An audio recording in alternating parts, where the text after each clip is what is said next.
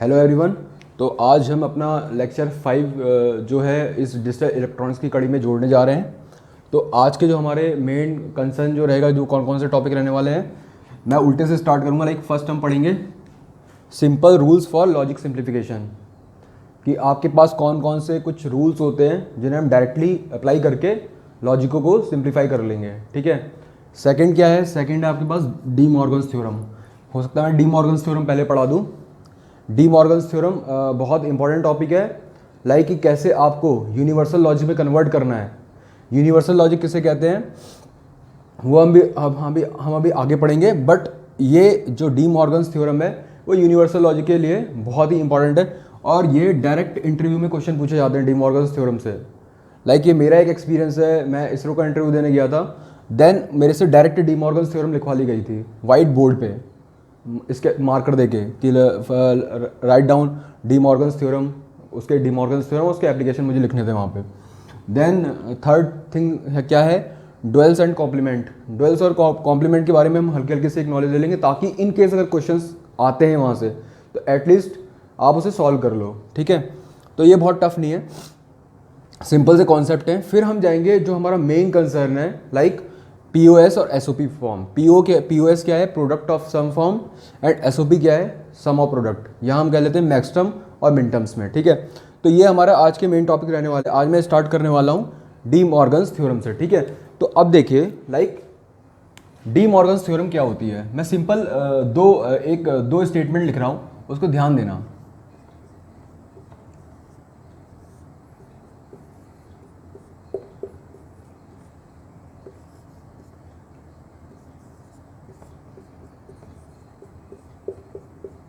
तो ये first statement है, ये सेकंड स्टेटमेंट है। ठीक है। हम पढ़ रहे हैं क्या? D Morgan's theorem. ठीक है। तो फर्स्ट स्टेटमेंट क्या कह रहा है कि अगर मैं किसी दो वेरिएबल का, अभी ये दो वेरिएबल के लिए मैंने लिखी है, मैं और गेट लेता हूँ। ठीक है। और गेट है, दो वेरिएबल का और गेट, मतलब ये क्या हो सकता है? ये एक्चुअली में नॉर गेट है। ठीक है। नॉर गेट को रिप्रेजेंट कर रहा है। तो नॉर गेट को मैं कैसे इंडिविजुअल जो वेरिएबल हैं उनके कॉम्प्लीमेंट के एंड गेट में कन्वर्ट कर सकता हूँ। तो ये एक्चुअली क्या है? फर्स्ट स्टेटमेंट क्या है आपका? नॉर से एंड में कन्वर्जन है। ठीक है। फिर देखिए ए प्लस बी बार क्या है? नॉर गेट है। नॉर को इसने किस में कन्वर्ट कर दिया? एंड गेट में। ठीक है। सेकंड क्या है? सेकंड क्या है? नैंड गेट है। नैंड को उसने और गेट में कन्वर्ट कर दिया। अब इसको ये यहाँ पे क्या है? ये ए बी बार क्या है? ए बी का नैंड गेट। ठीक है। और ये यहाँ पे क्या आ गया? AND gate. अभी हम कॉम्प्लीमेंट पे ध्यान नहीं दे रहे हैं कि ये ए और बी ये कॉम्प्लीमेंट्स हैं, बट मैं लॉजिक गेट पे ध्यान दे रहा हूँ कि ये क्या है? यहाँ पे एंड आ गया, यहाँ पे और आ गया। ठीक है। तो बेसिकली हम क्या यहाँ पे देख रहे हैं कि मैं अगर एंड को नॉर में कन्वर्ट करना चाहता हूँ तो मैं डी मॉर्गन्स थ्योरम को अप्लाई कर सकता हूँ। सेम अगर मैं और को नैंड में कन्वर्ट करना चाहता हूँ तो मैं डी मॉर्गन्स थ्योरम को अप्लाई कर सकता हूँ। तो अब यहाँ पे एक बात आती है कि हमारे पास कॉन्सेप्ट होती है यूनिवर्सल गेट। यूनिवर्सल गेट किन्हें कहते हैं? तो यूनिवर्सल गेट जो होते हैं वो होते हैं नैंड और नॉर। नैंड और नॉर को यूनिवर्सल गेट क्यों कहते हैं? क्योंकि नैंड और नॉर से आप किसी भी लॉजिक को एक्सप्रेस कर सकते हो। अगर आपको मान लिया कोई आपको लॉजिक फंक्शन दे रखा है, उसको आपको इम्प्लीमेंट करना है यूजिंग गेट्स, तो आप उसे सिर्फ नैंड गेट से इम्प्लीमेंट कर सकते हो। भले उसमें कोई भी टर्म क्यों ना हो, लेकिन हर एक टर्म नैंड गेट से रिप्रेजेंट करी जा सकती है। इसलिए नैंड को क्या कहते हैं? Universal logic. ठीक है। सेम नॉर गेट से आप कोई भी लॉजिक रिप्रेजेंट कर सकते हो। अब कैसे मैं कह रहा हूँ, लाइक नैंड गेट को देखो, अगर मेरे पास एंड गेट है। ठीक है। एंड गेट है तो मैं उसे क्या नॉर में कन्वर्ट कर सकता हूँ। ठीक है। एंड को नॉर में मैं कन्वर्ट कर सकता हूँ। यहाँ पे और गेट है, और को नैंड में कन्वर्ट कर सकता हूँ। ठीक है।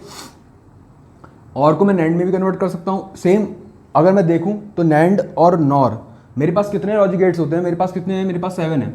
बफर, ठीक है, बफर, फिर मैंने क्या कहा, बफर के बाद मैंने क्या कहा, एक एंड गेट है, एंड गेट को मैं कन्वर्ट कर ले रहा हूँ, और गेट है, कन्वर्ट कर लिया, नैंड और नॉर तो ऑब्वियसली है ही। उसके बाद क्या है, एक्सॉर और एक्सनॉर। एक्सॉर और एक्सनॉर आगे हम देखेंगे कि इनको भी हम नैंड और सिर्फ नॉर गेट से भी रिप्रेजेंट कर सकते हैं, सिर्फ नैंड या सिर्फ नॉर। तो कहने का मतलब ये है कि लाइक जो नैंड और नॉर गेट्स होते हैं ना मेरे, नैंड और नॉर लॉजिक गेट जो हैं, ये एक यूनिवर्सल लॉजिक गेट्स होते हैं। आप इनसे किसी भी एक्सप्रेशन को इनका यूज़ करके आप कोई भी एक्सप्रेशन को लिख सकते हो या कोई भी लॉजिक इंप्लीमेंट कर सकते हो, ठीक है। तो ये चीज़ आप हमेशा ध्यान रखिएगा। ये हमारी डी मॉर्गन्स थ्योरम है। ये थ्योरम हमारे लिए लॉजिक सिंप्लीफिकेशन में हम बहुत काम में आने वाली है कि लाइक ए प्लस बी का बार, लाइक जो ये नॉर गेट है ये इसको एक इसमें कन्वर्ट कर दे रहा है एंड गेट में, और जो नैंड गेट है उसको और गेट में कन्वर्ट कर दे रहा है, ठीक है। तो ये एक बहुत ही इंपॉर्टेंट हो गया। अब मैं अगर इसे मान लिया उससे दिखाऊँ, गेट के रिप्रेजेंटेशन थे, तो गेट के रिप्रेजेंटेशन से मैं कैसे दिखाऊंगा, ठीक है। ए प्लस बी का बार,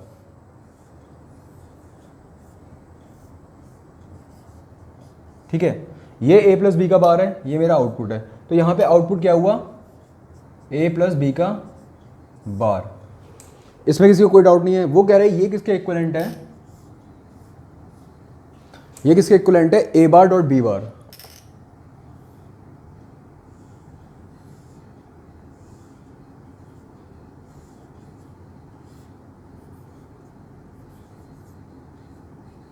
ठीक है। अब ये जो मैंने ये लगा रखा है ये बबल, इसे बबल कहते हैं एक्चुअली। बबल क्या शो करता है, बबल शो करता है कि अगर यहाँ पे ए है तो इसके बाद का जो आउटपुट आएगा वो ए बार होगा, कॉम्प्लीमेंट, ठीक है।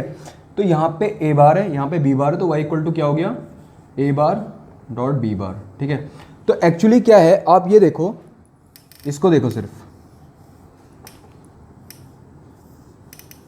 वो ये चीज़ क्या एक्सप्रेस कर रहा है, ये चीज़ ये एक्सप्रेस कर रहा है कि जो मेरा नॉर गेट है वो बबल्ड एंड के इक्विवेलेंट होता है,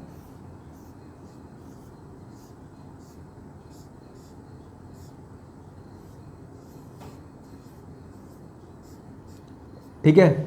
इससे ये कॉन्सेप्ट निकल के आया कि जो मेरा नॉर गेट है वो बबल्ड एंड के इक्विवेलेंट होता है, ठीक है। सेम अगर मैं सेकंड स्टेटमेंट की बात करूं इसकी, जो मेरा बबल्ड और है, ये मैं यहां लिख देता हूं, जो मेरा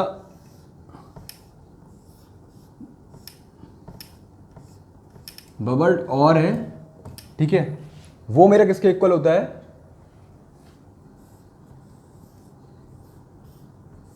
नैंड के। जो मेरा बबल्ड और है वो मेरा नैंड के इक्वल होता है, जो मेरा बबल्ड एंड है वो मेरा नॉर गेट के इक्वल होता है। तो ध्यान देना, ये जो दो आपको चीज़ें दिख रही हैं,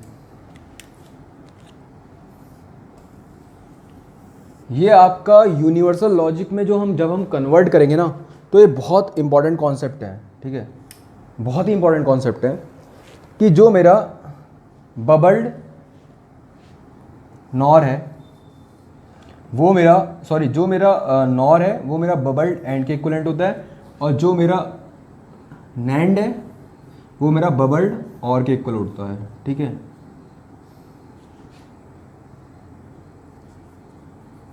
तो होपफुली ये आपको समझ में आ गया होगा, इसको नोट डाउन कर लीजिएगा। तो डी मॉर्गन्स थ्योरम में बस यही है, दो स्टेटमेंट और ये जो लॉजिक, इसके लॉजिक कन्वर्जन है दो, ठीक है। ये दोनों बहुत इंपॉर्टेंट है कि लाइक जो मेरा बबल्ड एंड है वो नॉर के इक्वल होगा, जो मेरा बबल्ड और है वो नैंड के इक्वल होगा, ठीक है। अब हम अपने नेक्स्ट थिंग में जाते हैं कि like simple rules for logic simplification. तो मैं इसको हटा रहा हूँ, हाँ ओके। तो इसको मैं हटा रहा हूँ ऊपर से,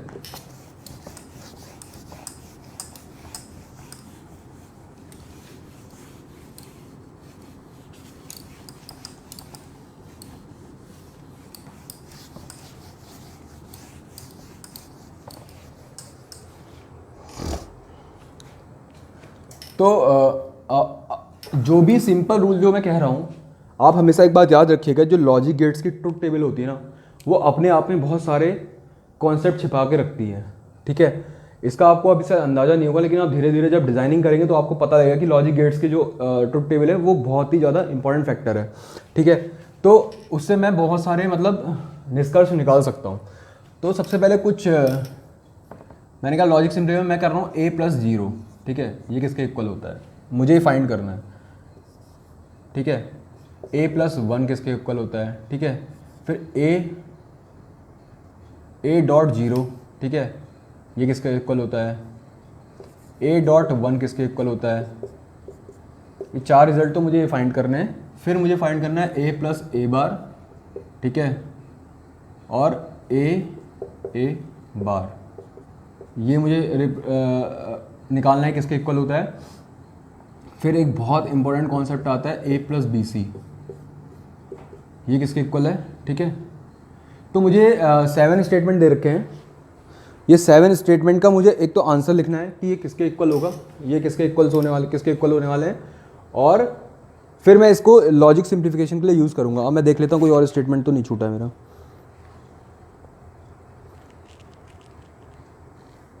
ठीक है, यही है, ठीक है। तो ये 7 स्टेटमेंट हैं। अब मुझे इनके क्या है वो देखना है। अब आप ये देखो, मैंने ये शायद और गेट की जब मैंने लॉजिक ट्रुथ टेबल लिखी थी तो मैंने ये आपको एक्सप्लेन भी किया था ये पॉइंट। इसको फिर से देख लेते हैं। बस मुझे इसमें क्या चाहिए, मुझे चाहिए दो गेट की ट्रुथ टेबल, दैट इज़ और गेट। और गेट की क्या होती है, a b y, ठीक है। यहाँ पे y मैं लिख ले रहा हूँ a+b है। 0 0 0 0 1 1 1 0 1 1 1 1, ठीक है। यहाँ पे एंड गेट 0 0 0 0 1 0 1 0 0 1 1 1, ठीक है। अब देखिए a+0 दे रखा है उसने, लाइक आपका ये इनपुट तो फिक्स है, ठीक है। तो मैं कौन सी 2 लाइन पढ़ूंगा, एक लाइन ये और एक लाइन ये। ब्लू मार्क कर दे रहा हूँ इसे ताकि आपको याद रहे। अब क्या है ये देखो, आप जब यहाँ पे 0 था, लॉजिक मेरा क्या है कांस्टेंट a+0, ठीक है। और यहाँ क्या है, यहाँ वेरी कर रहा है 0 1, तो बस a इस समय 2 ही वैल्यू ले सकता है, आपको पता है, दैट इज़ 0 and 1, ठीक है। तो उस टाइम पे आउटपुट किसके इक्वल आ रहा है, जब a 0 था तो आउटपुट 0, a 1 है तो आउटपुट 1। दैट मीन्स कि अगर मैं a+0 की बात करूँ तो किसके इक्वल आएगा, a के। ये सिर्फ इस लॉजिक टेबल से, मतलब इसके ट्रुथ टेबल से मैंने फाइंड कर लिया। अब वो क्या कह रहा है, a+1, ठीक है। a+1 देखेंगे, ये 1 है, ये 1 है। अब देखो, अगर आपके a की वैल्यू चाहे 0 हो चाहे 1 हो, अगर एक आपका जो लाइक उसके सेकेंड टर्म्स 1 आ गया तो आउटपुट क्या है, हमेशा 1, ठीक है। तो a+1 किसके इक्वल हो गया, 1, ठीक है। सेम कॉन्सेप्ट अगर मैं एंड गेट के लिए देखूँ तो a.0 हमेशा 0 रहेगा और a.1 हमेशा a रहेगा। a.1 1, अगर मैं यहाँ पे 0 है या 1 है तो as it is value reflect हो रही है, ठीक है। तो a.1 मेरा क्या रहेगा, 1। अब a+a बार, a+a बार के लिए मैं अगर बात करूँ, ठीक है, a+a बार, एक ये कॉम्बिनेशन है मेरे पास, एक ये कॉम्बिनेशन है। तो a+a बार में देख रहा हूँ, लाइक ये अगर 0 है तो ये 1 हो गया बार, और ये 1 है तो ये 0 हो गया, तो आउटपुट हमेशा क्या है, 1, ठीक है। तो ये हमेशा क्या आएगा, 1। a.a बार की बात करूँ, यहाँ पे अगर मैं देखूँ दो कॉम्बिनेशन, इसको मैं दोबारा भी एक्सप्लेन करूँगा। a.a बार में तो ये हमेशा क्या आएगा, 0। अब आता है ये a+bc, इसको मैं लिख सकता हूँ a+b a+c, ठीक है। अब मैं इसको ये इसके इक्वल आता नहीं, इसको मैं सॉल्व कर सकता हूँ, a.a plus a.c plus a.b plus b.c, ठीक है। अब इन तीनों में से लाइक ये क्या आएगा, a.a आपका a रहेगा,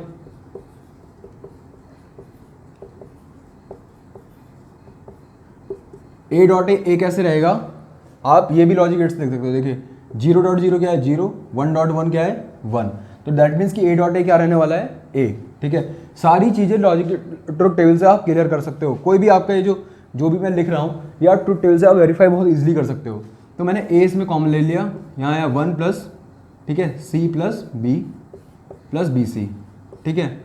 अब मैंने क्या बोला था कि अगर मैं 1 में कुछ भी जोड़ता हूँ तो क्या आएगा 1, तो ये क्या हो जाएगा 1, तो actually a into 1 plus B C क्या हो गया, और a इंटू 1 मैंने क्या बोला था a, ठीक है, तो वो किसके इक्वल हो गया a प्लस बी सी के। दैट मीन्स कि ये जो स्टेटमेंट है ये हमारा मतलब ट्रुथ, ये ट्रू स्टेटमेंट है, ठीक है। तो ये एक इंपॉर्टेंट स्टेटमेंट है, ये आपका कई बार यूज़ होने वाला है। ये आपका कब यूज़ होगा, जब आप पीओएस फॉर्म किसी भी फंक्शन की फाइंड करोगे ना, तो उस टाइम पे ये स्टेटमेंट बहुत यूज़ आता है, a plus B C equal to A plus B into A plus B. तो यहाँ पे आप देख रहे हो, फिर मैं एक बार आपको समझाता हूँ कि हम कैसे ये रिजल्ट निकाल रहे हैं। जैसे a प्लस 0 है, ये मैं इसलिए बार बार बता रहा हूँ क्योंकि ये एक्चुअल में बहुत इंपॉर्टेंट कॉन्सेप्ट है। अभी मैं आपको समझाऊंगा, लाइक एक्सॉर गेट में जो एक्सओआर गेट है उसमें इसका क्या यूज़ होता है तब पता लगेगा। जैसे a प्लस 0 है, तो 0 मतलब फिक्स है, ठीक है, 0 दूसरा इनपुट फिक्स है।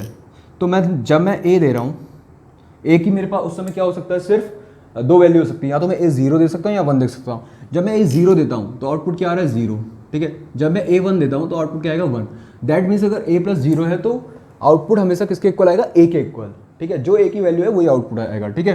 देन फिर a प्लस 1, अब मैंने a को 1 फिक्स कर दिया, तो मैं इनपुट जो दे रहा हूँ, ठीक है, input respective of input output हमेशा क्या रहेगा 1, ठीक है। सेम हाल ये हम प्रूव कर सकते हैं एंड गेट के लिए, और ये फिर एक ये और गेट के लिए आ गया, और ये एंड गेट के लिए, ठीक है। तो ये एक इंपॉर्टेंट कॉन्सेप्ट हो गई, और सातवां स्टेटमेंट तो ये इंपॉर्टेंट है ही कि a plus B C equal to A plus B into A plus B.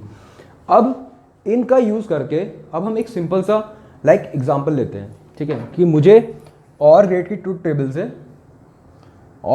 Table से मुझे क्या निकालना है, और गेट का फाइनल स्टेटमेंट निकालना है, ठीक है, कि y equal to A plus B होता है। ये सबको समझ में आ गया होगा।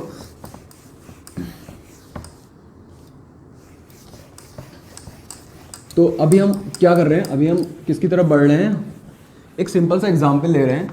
मैंने लास्ट लेक्चर में आपको एक चीज़ बताई थी, मैंने लास्ट लेक्चर में आपको क्या बताया था कि आप से ट्रुथ टेबल से आप फंक्शन कैसे लिखोगे या फंक्शन से ट्रुथ टेबल कैसे बनाओगे, ये मैंने लास्ट लेक्चर में आपको बता रखा है। तो मैंने कहा मेरे पास और गेट है, 2 इनपुट और गेट 0 0 0 0 1 1 1 0 1 1 1 1। तो मैंने कहा जब मैं इसका y फंक्शन लिखूंगा, y equal to F of A B, 2 variable है, ठीक है, तो 2 का ही फंक्शन आएगा। मैंने कहा जहां जहां 1 है, ठीक है, उसको हम लिखेंगे, कैसे लिखेंगे, लाइक ये किसको रिप्रेजेंट करेगा, ये 1, ये रिप्रेजेंट करेगा a बार b को, a बार b। जहां पे 0 है उसका फंक्शन बार के फॉर्म में आएगा, और जहां पे 1 है उसका function same as it is आएगा, ठीक है, जिस वेरिएबल के लिए 1 है। तो यहाँ पे किसके लिए 1 है, a के लिए 1 है, b के लिए क्या है 0, दैट मीन्स b बार। हमें लिखना सिर्फ जिसके लिए आउटपुट 1 है वही फंक्शन लिखना है। अभी आपको हो सकता है ये चीज़ समझ में ना आए, लेकिन आगे आके आपको ये बिल्कुल एकदम पता चल जाएगी पीओएस और इस फॉर्म में, लाइक एसओपी फॉर्म में।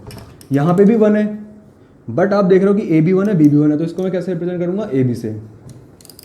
तो एक्चुअली मेरा फंक्शन किसके इक्वल हो गया, फिर मैं बता दे रहा हूँ, ये क्या हो गया, मुझे सबसे पहले लाइक ये देखना है कि हमारा आउटपुट y कहाँ 1 है, वो मेरा यहाँ 1 है, यहाँ पे 1 है, और यहाँ पे 1 है। तो मुझे इसके करस्पॉन्डिंग लाइक इस आउटपुट को a और b की फॉर्म में रिप्रेजेंट करना है।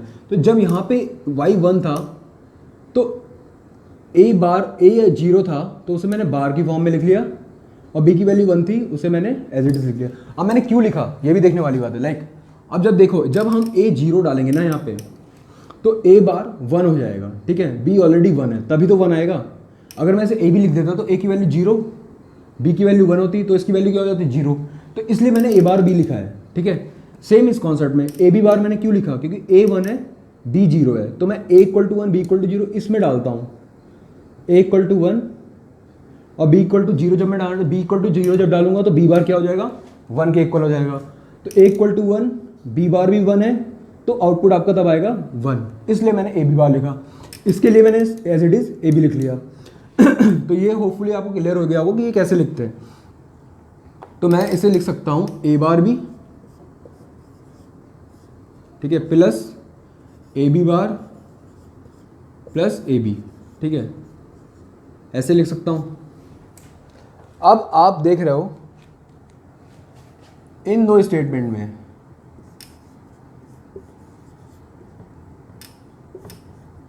ए कॉमन है, ए ले लिया कॉमन मैंने, बी प्लस बी बार। अब मैंने कहा था कि बी प्लस बी बार या ए प्लस ए बार हमेशा क्या होगा, 1, ठीक है। तो ए इंटू वन क्या हो गया मेरा, ए इंटू वन लिख दिया मैंने इसे, प्लस ए बार बी। अब ए प्लस ए इंटू वन को मैं क्या लिख सकता हूँ, ए प्लस ए बार बी। अब यहाँ पे मेरा फिर कॉन्सेप्ट लग गया, मैंने क्या बोला था, ए प्लस बी सी किसके इक्वल होगा, ए प्लस बी इंटू ए प्लस सी, सी की वैल्यू यहाँ पे बी है। ये कहाँ से आया, a plus B C equal to A plus B into A plus c. तो यहाँ पे b की वैल्यू किसके इक्वल है, ए बार के इक्वल, c की वैल्यू किसके इक्वल है, b के इक्वल, ठीक है। तो मैंने एज इट इज़ उसका यूज़ करके मैंने इसे नोट डाउन कर दिया। अब आप देखें a प्लस ए बार आपको पता है किसके इक्वल होगा, 1 के इक्वल। तो और 1 इंटू ए प्लस बी किसके इक्वल होगा, a प्लस बी के इक्वल। तो आपकी देखिए और गेट की एक्सप्रेशन निकल के आ गई। मैंने और गेट की एक्सप्रेशन किससे निकाल दी, बस सिंपल बूलियन अर्थमेटिक का यूज़ करके, जो मैंने आपको रिजल्ट गेट लॉजिक गेट्स के उसके बताए। इनको आप एक बार नोट डाउन कर लेना, ये सारे रिजल्ट बाद में आपको अपने आप याद हो जाएंगे, मतलब सिंपल सा, क्योंकि ये लॉजिक गेट की कॉन्सेप्ट में ही है। तो यहाँ पे y इक्वल टू क्या आ गया, a प्लस बी। अब आप अगर किसी भी लॉजिक गेट का लाइक अगर ये y फंक्शन निकालना चाहते हो तो आप सिंपल ये जो मैंने आपको रूल्स बताए ना, इनसे आप निकाल सकते हो।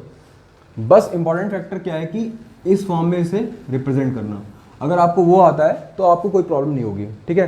तो ये चीज़ हमेशा ध्यान रखेंगे कि कैसे, ये मैं आपको एक सिंपल लॉजिक दे रहा हूँ कि कैसे करते हैं।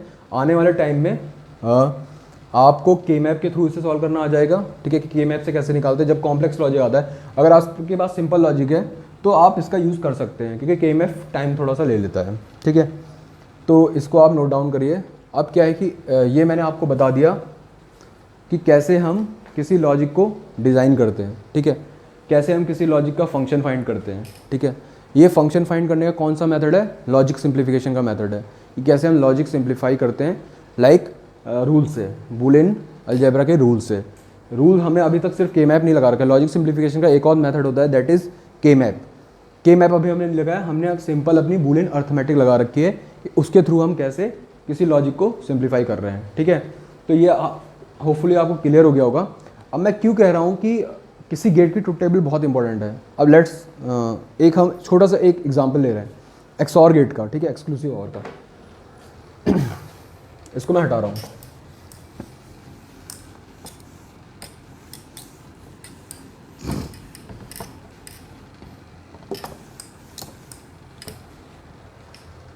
छोटा सा मैं एक्सक्लूसिव और गेट मैंने यहाँ पे ले लिया।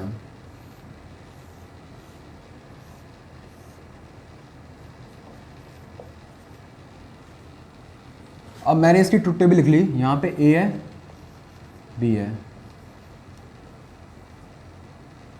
0 0 वाई, मैंने कहा ये 0 आएगा, 0 1 1 आएगा। एक्सक्लूसिव और क्या होता है कि अगर इवन नंबर ऑफ 1 है तो वो 0 रहेगा, ऑड नंबर ऑफ 1 है तो 1 रहेगा, ठीक है। ये मेरे पास एक्सऑर गेट की टेबल आ गई। अब मेरे से किसी ने पूछा कि इसको मुझे कन्वर्ट करना है नॉट गेट में।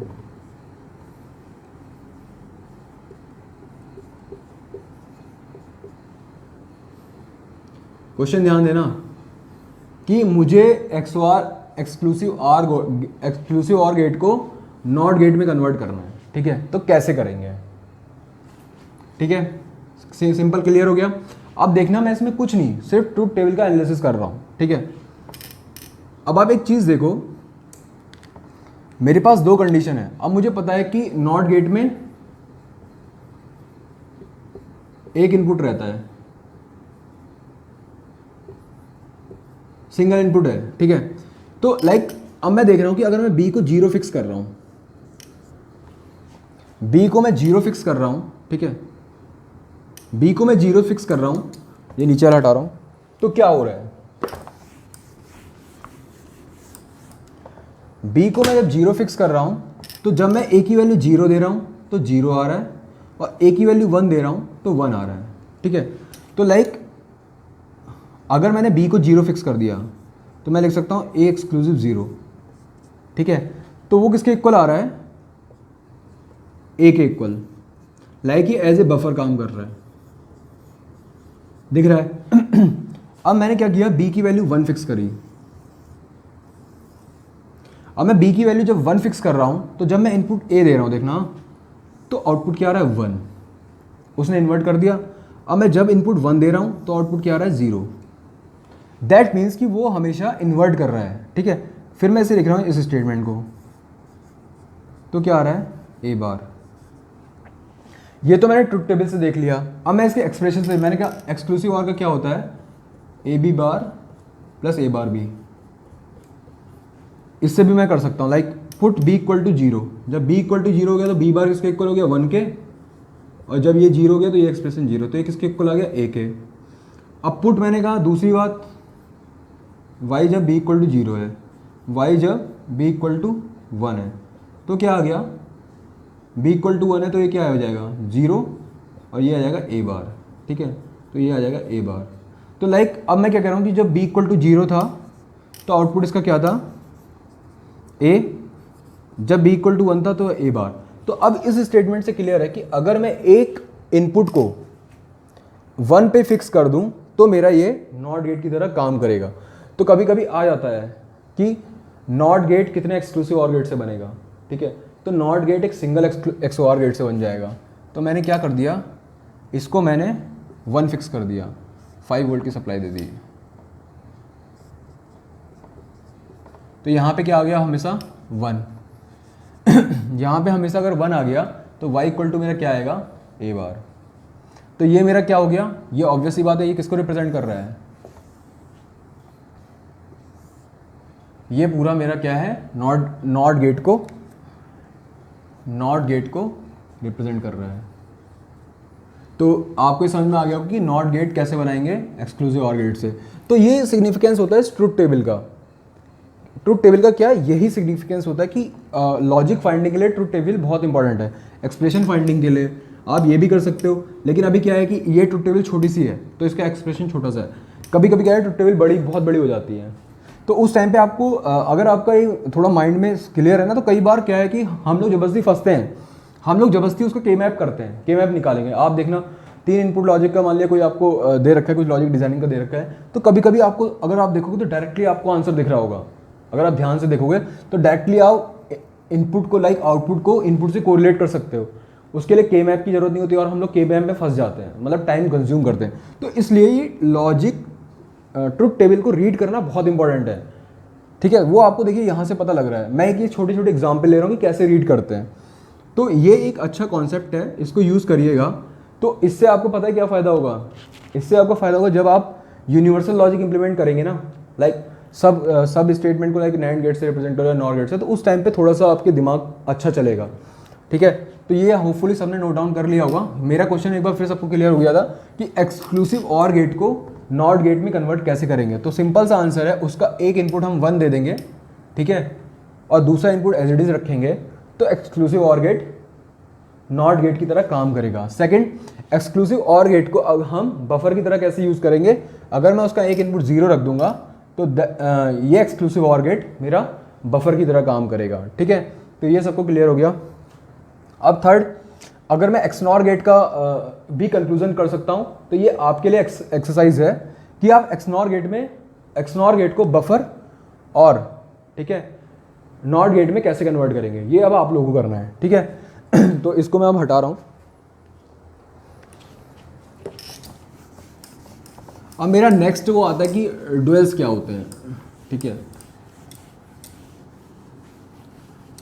डुएल्स एज सच बहुत इंपॉर्टेंट टॉपिक नहीं है, बट मैं इसलिए पढ़ा दे रहा हूँ, लाइक कभी कभी डायरेक्ट क्वेश्चन पूछ लिया जाता है कि find the duals of statement this this this,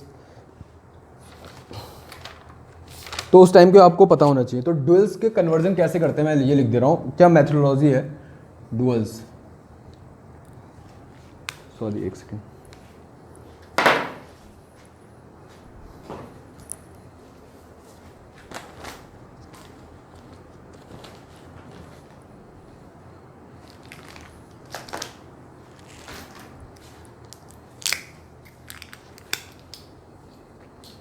yes तो डुअल्स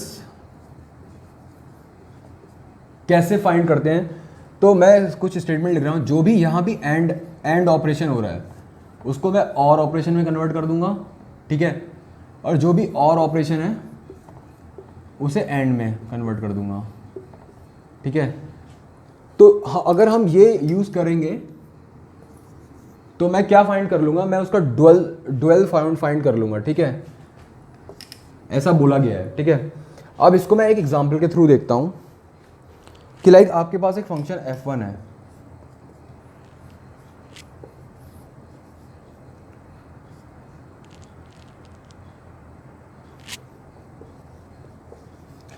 ये उसने फंक्शन दिया, ठीक है। पेपर में क्वेश्चन ऐसा ही आएगा, आपके पास कोई फंक्शन है f1, वो कहेगा फाइंड द डुअल, ठीक है, find the dual of function, ठीक है। तो मैंने क्या बोला है कि जहां जहां एंड है वहां वहां और जहां जहां और है वहां वहां एंड, ठीक है। तो अब मैं इसको सॉल्व कर रहा हूं, देखना x डॉट वाई क्या है, एंड गेट, x डैश सबको पता होगा डैश से कॉम्प्लीमेंट को रिप्रेजेंट करता है, मतलब उल्टा, x डैट प्लस वाई, इस एंड को मैंने किस में कन्वर्ट कर दिया, और में, ठीक है, y dash Z, Y Z dash है, ठीक है, ये एंड और में कन्वर्ट हो गया, ये भी एंड और में कन्वर्ट हो गया, ठीक है, क्लियर हो गया, ये एंड और में, दूसरा एंड और में, ठीक है। यहां पे क्या था और, यहां मैंने लगा दिया एंड, ठीक है, फिर इस एंड को और में कन्वर्ट कर दिया, इस एंड को भी और में कन्वर्ट कर दिया, तो ये क्या हो गया, ये आपका इस फंक्शन का डुअल हो गया, ठीक है। किसी को कोई दिक्कत,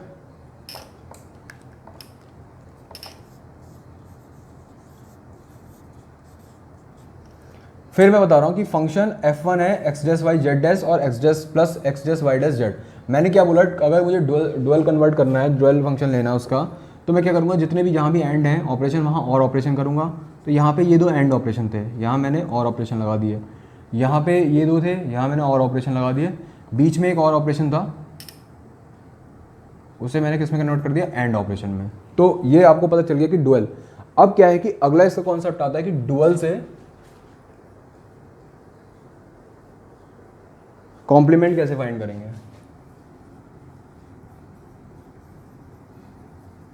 समझना, ये मेरा डुअल ऑफ f1 है, ठीक है, मुझे ये दिया है, या मेरे से कहा कि एक फंक्शन f1 दे रखा है, इसका मुझे कॉम्प्लीमेंट निकालना है, ठीक है।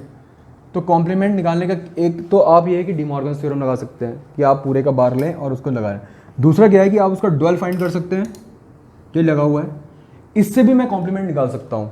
तो वो क्या कहता है कि पहले आप डुअल निकालो, डुअल क्या हुआ, एंड को और में और को एंड में। अब उसके बाद वो पता क्या कहता है कि जो भी आपका डुअल आया है ना, उसका जो हर एक ईच लिटरल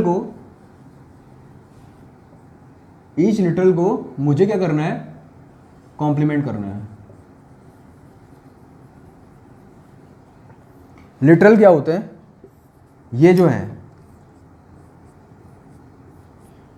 ये जो आप देख रहे हो ना, एक्स डैश वाई डैश, मतलब जो इंडिविजुअल वो हैं, यहाँ पे X dash Y Z dash X, ये इंडिविजुअल जो वेरिएबल है इन्हें हम लिटरल कहते हैं, ठीक है। तो हर एक लिटरल को मुझे क्या है, कॉम्प्लीमेंट करना है। तो फंक्शन मेरा f1 है। अब मुझे क्या है, सेम फंक्शन का क्या निकालना है, कॉम्प्लीमेंट निकालना है। तो सेम फंक्शन का सबसे पहले मैं क्या निकालूंगा, डुअल। तो डुअल मेरा ये आ गया, ठीक है, डुअल से कॉम्प्लीमेंट निकालने हैं। और फंक्शन से अगर कॉम्प्लीमेंट निकालना है तो फंक्शन से हम पहले डुअल फाइंड करेंगे, डुअल से हम कॉम्प्लीमेंट निकालेंगे। तो फंक्शन से डुअल मैंने ये फाइंड कर रखा है, सेम क्वेश्चन है, ठीक है। तो मैं डुअल लिख ले रहा हूँ, डुअल ऑफ f1, फिर से लिख रहा हूँ मैं इसे, x dash plus y plus z dash और x dash plus y dash plus z. अब मैंने कहा कि अगर मुझे f1 डैश चाहिए पूरे फंक्शन का कॉम्प्लीमेंट, ठीक है, तो मैंने क्या कहा हर एक लिटरल को कॉम्प्लीमेंट करो, ठीक है, डुअल निकालने के बाद। तो x डैश का कॉम्प्लीमेंट क्या हो गया, x। ये आपको पता होना चाहिए कि a डैश का डैश अगर मैं कॉम्प्लीमेंट लेता हूँ तो हमेशा a आएगा। जैसे अगर मैं 1 का कॉम्प्लीमेंट लूँ तो कितना आएगा, 0। 0 को मैं कॉम्प्लीमेंट लूँगा तो 1 आएगा ना। तो 2 टाइम्स कॉम्प्लीमेंट अगर मैं किसी चीज़ का लूँगा तो क्या आएगा, वो 1 आएगा। अगर मैं नॉट गेट के रेफरेंस में बात करूँ कि मैं अगर ये 2 नॉट गेट लगा दूँ तो 2 नॉट गेट किसके इक्वल हैं, बफर के इक्वल नहीं है, ठीक है। तो वही ये चीज़ शो कर रहा है कि 2 बार कॉम्प्लीमेंट लेने में हमें सेम ही वेरिएबल मिलेगा। तो x डैश का मैं कॉम्प्लीमेंट लूँगा तो x आएगा, y डैश आएगा, यहाँ z आएगा, ये x आएगा, y आएगा प्लस z डैश आएगा, ठीक है। तो ये कॉन्सेप्ट है डुअल और कॉम्प्लीमेंट का, ठीक है। तो एक बार मैं फिर बता रहा हूँ कि लाइक डुअल अगर कन्वर्ट करना है तो एंड को और में और को एंड में, ठीक है। तो इस फंक्शन से हमने डुअल की कॉन्सेप्ट देख ली। फिर अगर डुअल से मुझे कॉम्प्लीमेंट निकालना है तो हम ईच लिटरल का कॉम्प्लीमेंट करेंगे। तो यहाँ पे हमारे पास लिटरल क्या थे, ये थे x dash y z dash, सबके मैंने कॉम्प्लीमेंट कर दिए।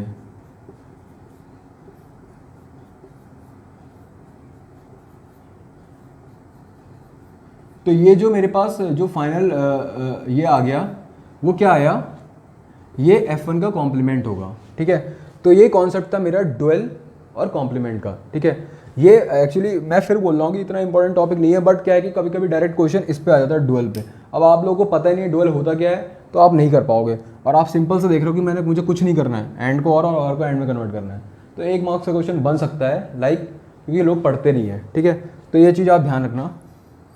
और एसएससी जेई में या आप वैसे कॉम्पिटेटिव एग्जाम में बैठोगे ना कोई सिंपल, तो उसमें ऐसे कॉन्सेप्ट पूछ लेता है, उनको ये रहता है कि अगर नहीं पढ़ा है तो वो पूछ लेंगे, तो फिर आप अगर आपको आता ही नहीं तो आप सॉल्व नहीं कर पाओगे, जबकि है बहुत सिंपल। तो इसलिए मैंने आपको जस्ट एक आइडिया दे दिया, और मैं आप लोगों से लाइक आशा करता हूँ कि जो मेरे लेक्चर हैं आप उनको नोट्स, उसका नोट्स जरूर बनाएं।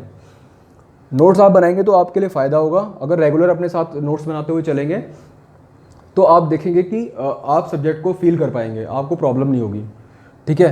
तो नोट्स आप ज़रूर बनाएं, ठीक है, वो आपके लिए काम आएंगे और लाइक आपको एक फील देंगे सब्जेक्ट का। तो डुअल्स और आपको ये पता लग गया कि डुअल्स और कॉम्प्लीमेंट क्या होते हैं, ठीक है। तो डुअल्स कॉम्प्लीमेंट में आपको कोई कन्फ्यूजन नहीं रहेगा, हमें जो भी क्वेश्चन आएगा हम सॉल्व कर देंगे डुअल्स और कॉम्प्लीमेंट बेसिस पे, ठीक है। अब मेरे पास नेक्स्ट जो बहुत ही इंपॉर्टेंट चीज़ आ रही है मेरी, इसको मैं हटा देता हूँ। उसके लिए मुझे पूरा बोर्ड चाहिए समझाने के लिए, दैट इज़ कि कैसे हम किसी की स्टैंडर्ड फॉर्म लिखेंगे, या कैनोनिकल फॉर्म भी कहते हैं। कैनोनिकल स्टैंडर्ड आप जो कह लो आपको, मतलब लाइक दोनों सेम ही कॉन्सेप्ट हैं। और उससे हम कैसे मिनटर्म या एसओपी फॉर्म में डिफाइन करेंगे और पीओएस फॉर्म में डिफाइन करेंगे। एसओपी और पीओएस आपको पता लग गया कि सम ऑफ प्रोडक्ट, ठीक है, और प्रोडक्ट ऑफ सम। तो ये मैं एक एग्जांपल के थ्रू करूँगा। इसका भी मेथड एकदम लाइक सेम ही मेथड है। हम यूज़ करने वाले बेसिक, जो हमारे पास बेसिक लॉजिक सिंप्लीफिकेशन के कुछ रूल्स हैं उसी से करेंगे। तो उसने एक क्वेश्चन दिया कि एक फंक्शन है F of A B C, ठीक है, उससे मुझे दिखा, वो है A plus B dash C, ठीक है। इस फंक्शन को मुझे किस में कन्वर्ट करना है, इस फंक्शन को मुझे कन्वर्ट करना है फर्स्ट एसओपी फॉर्म में। एसओपी फॉर्म क्या है, जब मैं इसको कन्वर्ट कर लूँगा फिर मैं उससे बताऊँगा कि एसओपी क्यों कहते हैं, ठीक है। इसका एसओपी फॉर्म में कन्वर्ट करना है, ठीक है। इसकी फिर हमें क्या निकालनी है, ट्रुथ टेबल भी निकालनी है, ट्रुथ टेबल भी निकालनी है, ठीक है। ट्रुथ टेबल निकालनी है, फिर मुझे क्या करना है, उसे पीओएस फॉर्म में भी कन्वर्ट करना है, ठीक है। तो ये मेरे पास है, मतलब इससे मेरा सारा एक चीज़ क्लियर हो जाएगी। तो अब सबसे पहले मेरा ध्यान क्या गया, फंक्शन पे। मैंने हमेशा बोला था कि लाइक अगर आपको फंक्शन से ट्रुथ टेबल बनानी है ना, तो सबसे पहले मेरा ध्यान कहाँ जाएगा, फंक्शन पे। फंक्शन ए बी सी का है, ठीक है, 3 वेरिएबल का। पर मैं देख रहा हूँ कि फर्स्ट स्टेटमेंट में सिर्फ ए है, बी और सी नहीं है। सेकंड स्टेटमेंट में बी और सी तो है पर ए नहीं है। लेकिन जो मैं कहता हूँ ना स्टैंडर्ड फॉर्म, मैंने पहले बोला स्टैंडर्ड या कैनोनिकल फॉर्म क्या होती है। स्टैंडर्ड और कैनोनिकल फॉर्म आपकी होती है कि आपका जो भी एक्सप्रेशन में, किसी फंक्शन के एक्सप्रेशन में जितने भी आपके लाइक पार्ट हैं, इन्हें मैं पार्ट बोल दे रहा हूँ, ठीक है, ये पार्ट फर्स्ट है, पार्ट सेकंड है, पार्ट थर्ड है, ये हर एक पार्ट में सारे वेरिएबल होने जरूरी हैं। ठीक है, तो स्टैंडर्ड फॉर्म का मैं फिर वो दे रहा हूं, और स्टैंडर्ड फॉर्म में आपको किसी भी फंक्शन को रिप्रेजेंट करना इंपॉर्टेंट है। स्टैंडर्ड फॉर्म से आप ट्रुथ टेबल बनाओगे, ट्रुथ टेबल जो फाइंड होती है वो स्टैंडर्ड फॉर्म से ही होती है। ठीक है, तो स्टैंडर्ड फॉर्म मेरी क्या बोलती है, स्टैंडर्ड फॉर्म मेरी बोलती है कि आपके जितने भी फंक्शन में पार्ट हैं एंड सो ऑन, सब में फंक्शन जितने वेरिएबल का है वो सारे वेरिएबल होने चाहिए। ठीक है, तो वो मैं कैसे करूँगा, अब देखिए ABC में हटा दे रहा हूँ यहाँ से, मैं इसे a इंटू 1 लिख सकता हूँ, इंटू 1, अभी मैं a इंटू 1 ही लिख रहा हूँ, छोड़ो, और इसको मैं लिख सकता हूँ 1 इंटू बी डॉट सी, क्योंकि ये हमने पढ़ा है कि a डॉट 1 a के इक्वल होगा और b dot C into 1 b dot C के b बार सी के इक्वल होगा या b कॉम्प्लीमेंट सी के इक्वल होगा। इसे मैंने ऐसे लिख दिया, अब इसमें किसी को कोई आपत्ति नहीं होनी चाहिए। ठीक है, अब मैं 1 को इसमें मेरा कौन सा वेरिएबल नहीं है, पहले b नहीं है, तो मैं इसे b प्लस बी बार से मल्टीप्लाई कर सकता हूँ। b प्लस बी बार की वैल्यू क्या आएगी, 1 आएगी। ये हमारी फाइंडिंग थी लास्ट जो हमने अभी पढ़ा था, लॉजिक सिंप्लीफिकेशन, जैसे कि छोटे छोटे जो हमारे निष्कर्ष थे लॉजिक गेट्स की ट्रुथ टेबल से। ठीक है, अब यहाँ पे इसमें कौन सा वेरिएबल नहीं है, इस एक्सप्रेशन में कौन सा वेरिएबल नहीं है, a नहीं है। ठीक है, तो मैंने इसे क्या लिख लिया, a प्लस ए बार, यहाँ आ गया b बार c। ठीक है, अब मैंने इसे सिंपल मल्टीप्लाई करी तो क्या आया, ab plus A B bar. ठीक है, फिर मैंने इसे मल्टीप्लाई किया तो क्या आया, a b डैश c। ये आपको पता है कि ये b और ये b बार ये दोनों सेम है। ठीक है, तो मैं कहीं ये यूज़ कर लें कहीं वो यूज़ कर लेना, तो इसमें कंफ्यूज मत होना। ठीक है, चलो मैं सेम ही यूज़ करता हूँ, मेरी आदत एक्चुअली इसकी है, A B bar c plus A bar b bar c. तो यहाँ पे अब मैं क्या देख रहा हूँ कि ये जो दो जो मेरे पास पार्ट है इस फंक्शन में ना, उसमें तो मेरे पास तीनों वेरिएबल आ गए, दिख रहा है आपको कि ये इसमें तीनों वेरिएबल है ए बी सी। लेकिन अभी मैं इन दोनों में देखूँ तो मेरे पास क्या है, सी अवेलेबल नहीं है। ठीक है, तो मैं फिर क्या करता हूँ, इसे मैं लिख सकता हूँ ए B into 1 plus A B bar into 1। ठीक है, अब इसको मैं एज इट लिख देता हूँ, A B bar c plus A bar b bar c. अब जो ये 1 है यहाँ पे क्या अवेलेबल नहीं है, सी, तो इस 1 को मैं क्या लिख सकता हूँ, सी प्लस सी बार। इस 1 को मैं क्या लिख सकता हूँ, सी प्लस सी बार, और ये दोनों तो मेरे ऑटोमेटिकली हैं ही। अब मैं क्या है, इसको ओपन करता हूँ, ये क्या आएगा, ए बी सी, ये क्या आएगा, ए बी सी बार, ये आएगा a B bar c plus A B bar c bar plus A B bar c plus A bar b bar c. अब क्या है, अब आप देखो कि क्या आपका कोई जो टर्म है वो रिपीट तो नहीं हो रहा है। तो आप देख रहे हो कि जो ए बी बार सी है, ए बी बार सी, ये टर्म 2 बार आया है। और मैंने आपको क्या बता रहा कि लाइक अगर मान लिया x प्लस एक्स करेंगे तो क्या आएगा, और गेट पे x आएगा। तो सेम हाल है, अगर मैं इनको 2 बार जोड़ूंगा तो क्या आएगा, उसे मैं सिंगल टर्म से भी रिप्रेजेंट कर सकता हूँ। तो फाइनल इसका जो एक्सप्रेशन आएगा वो आएगा a B c plus A B c bar plus इसको मैं एक बार लिख ले रहा हूँ, A B bar c plus A B bar c bar plus A bar b bar c. ठीक है, अब यहाँ तक किसी को कोई डाउट नहीं होगा। ठीक है, अब क्या है कि देखो यही जो आपकी फॉर्म है ना, ये जो फॉर्म है इसी को एसओपी फॉर्म बोलते हैं। ठीक है, एसओपी का मतलब क्या हुआ, सम ऑफ प्रोडक्ट। अब ये देखो, ये प्रोडक्ट है, ये प्रोडक्ट 1 है, ये प्रोडक्ट 2 है, प्रोडक्ट 3 है, प्रोडक्ट 4 है, प्रोडक्ट 5 है। सम और उस सब का सम है, तो मतलब मैंने प्रोडक्ट का सम किया है, तो ये हुआ एसओपी फॉर्म। ठीक है, तो फिर से मैं देख लेता हूँ कि मैं इसे किसी भी मतलब मेरा एक्सप्रेशन है उसको मैं देखूंगा सबसे पहले वो कितने वेरिएबल से मिलके बना है। तो मैंने देखा फंक्शन जो एफ है वो 3 वेरिएबल का है। ठीक है, लेकिन मैंने देखा कि उसके जो एक्सप्रेशन दिया है उसमें फर्स्ट पार्ट में तो 2 वेरिएबल गायब है और सेकंड पार्ट में मेरा 1 वेरिएबल गायब है। तो मैंने जो, आप ये भी कर सकते हैं, जैसे मैंने ये स्टेप पे किया है ना, आप यहाँ पे ही कर सकते हो। ध्यान देना, मैं ये भी लिख सकता हूँ इसमें, ठीक है, इसमें बी और सी बार नहीं थे, ठीक है, और दूसरे वाले में ए नहीं था। तो मेरा ये डायरेक्ट भी हो सकता है कि मैं डायरेक्टली भी ये लिख सकता हूँ। मैंने देखिए यही तो किया है कि पहले मैंने ए को बी प्लस बी बार से मल्टीप्लाई किया, फिर जो आया मेरा उसको मैंने सी प्लस सी बार से मल्टीप्लाई कर दिया, ठीक है।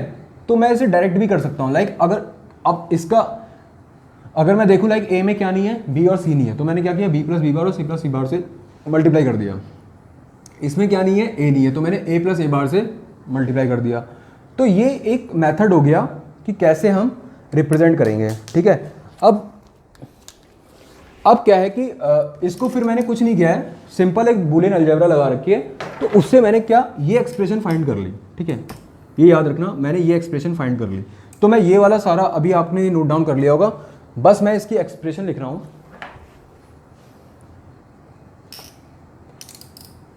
इसको अभी हटा दूं क्या, मैं यहाँ पे, चलो कोई नहीं। F of A B C मेरा क्या आ गया, जो कि मेरा रिजल्ट यूज होगा, a B c plus A B c bar plus A B bar c plus A B bar c bar plus A bar b bar c. तो ये एक्सप्रेशन मेरी आ गई, ठीक है। ये कितने टर्म्स है इसमें, 1 2 3 4 5 टर्म्स है, ठीक है। इसको मैं अब हटा रहा हूं। तो सबसे पहले आप ये बात ध्यान रखिए कि मुझे अगर, तो ये इसकी क्या आ गई, एसओपी फॉर्म है, ठीक है, एसओपी फॉर्म है। अभी इसमें इसको मैंने क्या कह दिया, एसओपी फॉर्म कह दिया, ठीक है। अब क्या है कि मुझे इसकी ट्रुथ टेबल निकालनी है। तो आप सबसे पहले याद रखना, अगर मुझे किसी भी फंक्शन की ट्रुथ टेबल निकालनी है तो मुझे उसे एसओपी फॉर्म में कन्वर्ट करना है। हम पीओएस फॉर्म से भी ट्रुथ टेबल निकाल सकते हैं, वो एक अलग चीज़ है, वो रिवर्स प्रोसेस है, वो आपको खुद एज इट इज़ खुद ही समझ में आ जाएगी कैसे निकालते हैं। बट मैं क्या कह रहा हूँ कि अगर मुझे ट्रुथ टेबल निकालनी है तो मुझे एसओपी फॉर्म चाहिए, ठीक है। स्टैंडर्ड है वो भी, ये स्टैंडर्ड एसओपी फॉर्म हम क्यों कह रहे हैं, कैनोनिकल फॉर्म क्यों बोल रहे हैं, क्योंकि इसके हर एक, देखिए हर एक पार्ट में मेरे तीनों वेरिएबल प्रेजेंट है, ठीक है। अब मुझे ट्रुथ टेबल निकालने, तो मैंने कहा मेरा फंक्शन 3 इनपुट का वेरिएबल, 3 वेरिएबल का वो है, 3 वेरिएबल पे डिपेंड कर रहा है, और ये मेरा आउटपुट है।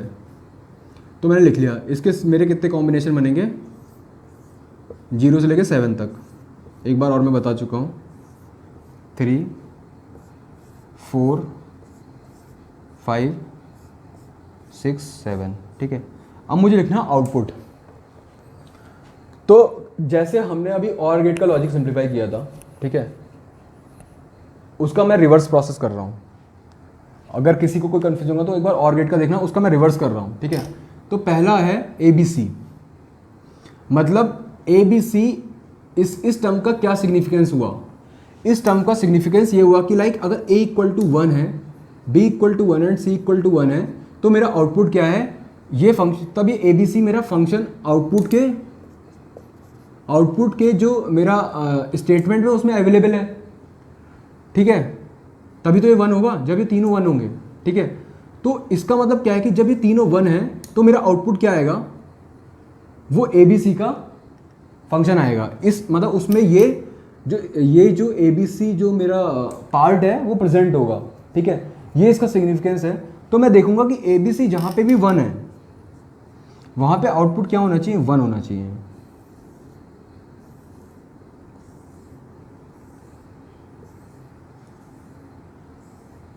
ठीक है। अब अगला ए बी सी बार, तो मैंने ये बोला है कि जहाँ जहाँ बार नहीं है वहाँ तो 1 लिखो, जहाँ बार है वहाँ 0। तो ए बी सी अगर मैं देख रहा हूँ यहाँ से क्या आया, ए बी सी 1 1 0 है। अगर ए बी सी 1 1 0 है, ठीक है, तो भी इसका आउटपुट क्या आएगा, ये टर्म भी इसमें इसके आउटपुट में तभी प्रेजेंट होगा जब ए बी सी 1 1 0 है।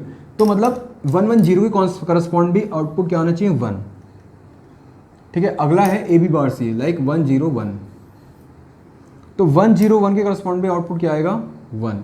अगला है 1 0 0, तो 1 0 0 के करस्पॉन्ड में आउटपुट क्या आएगा, 1।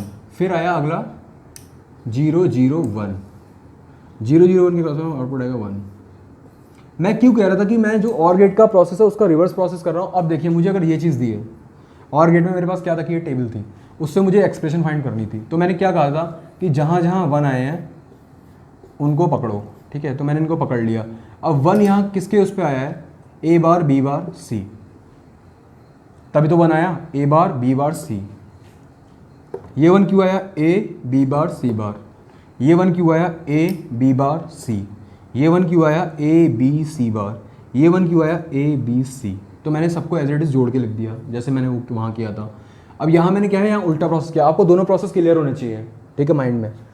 तो अब मान लिया, अगर मान लिया सपोज कि मान लिया ये वाला स्टेटमेंट 1 होता, ठीक है, जस्ट मतलब कंफ्यूज मत होना कि अगर ये 1 होता, अभी है नहीं, लाइक अगर मान लिया ये मेरा 1 होता, तो ये अगर ये वाला 1 होता तो एक और टर्म और ऐड होती, कौन सी होती, ए बार बी बार सी बार। होती कि नहीं होती, इससे देख के बताइए, ए bar b bar c bar, ठीक है।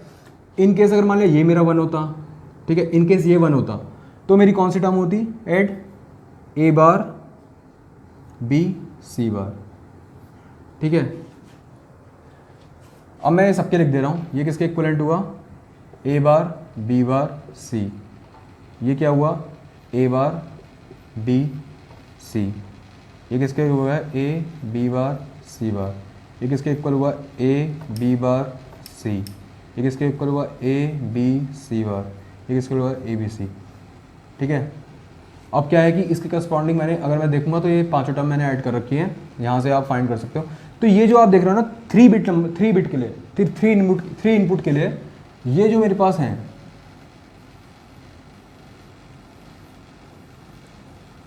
ये total number of min term है। मिन टर्म आया, मिन टर्म।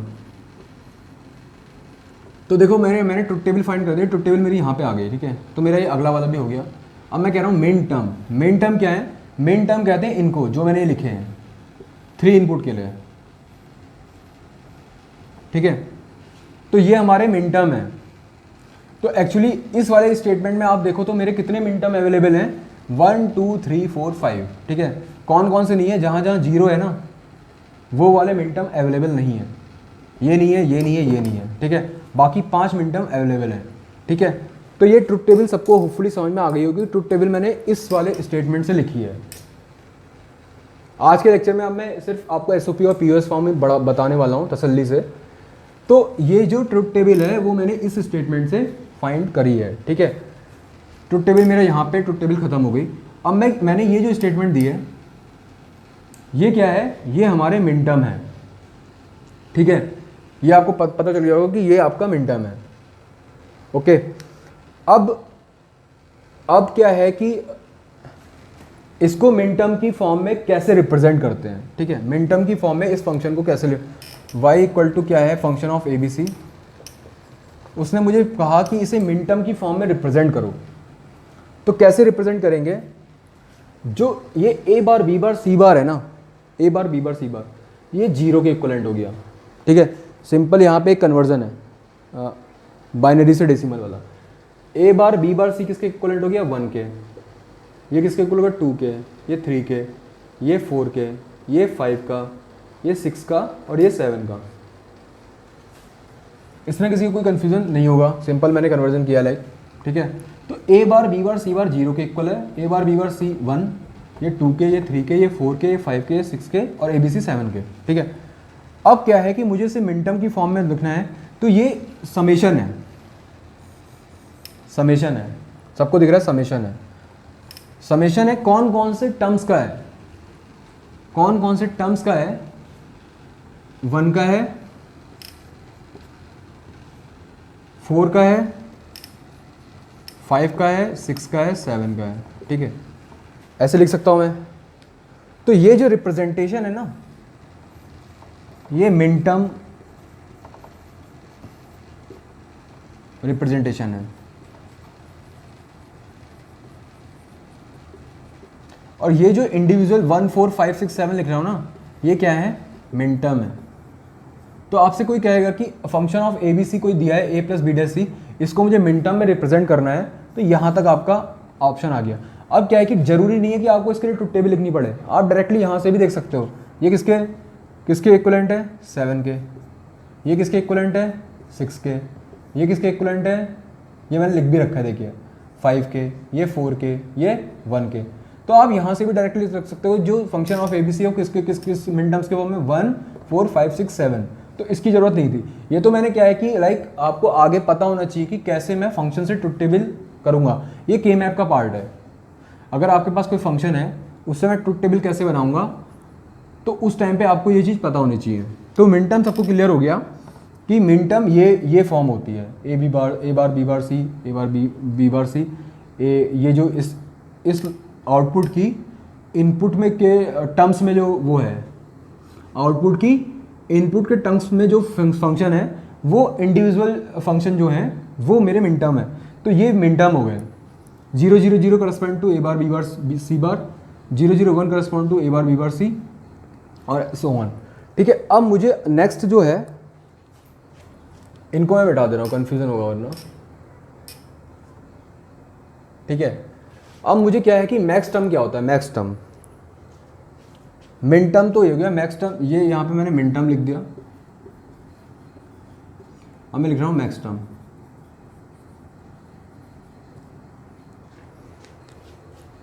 अच्छा, मिन टर्म को स्मॉल m से रिप्रेजेंट करते हैं, मैक्स टर्म्स को कैपिटल M से। ठीक है, मैक्स कैपिटल, इसको भी मैं हटा रहा हूँ।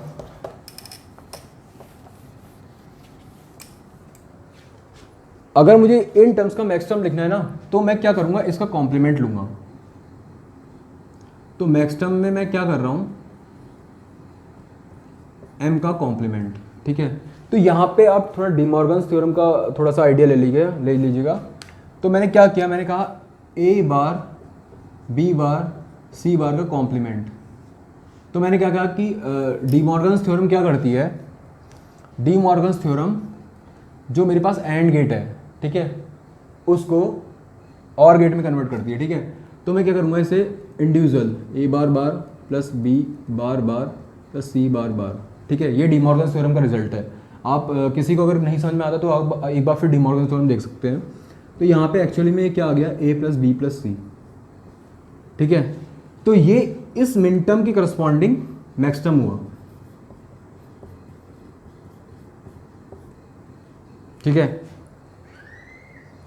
उसके बाद ये जो है, अब मैं डायरेक्ट कर रहा हूँ, इसका जब आप लोगे बार, वो आएगा a plus B plus C bar. इसका लोगे तो आएगा a plus B bar plus c. इसका लोगे तो a plus B bar plus C bar.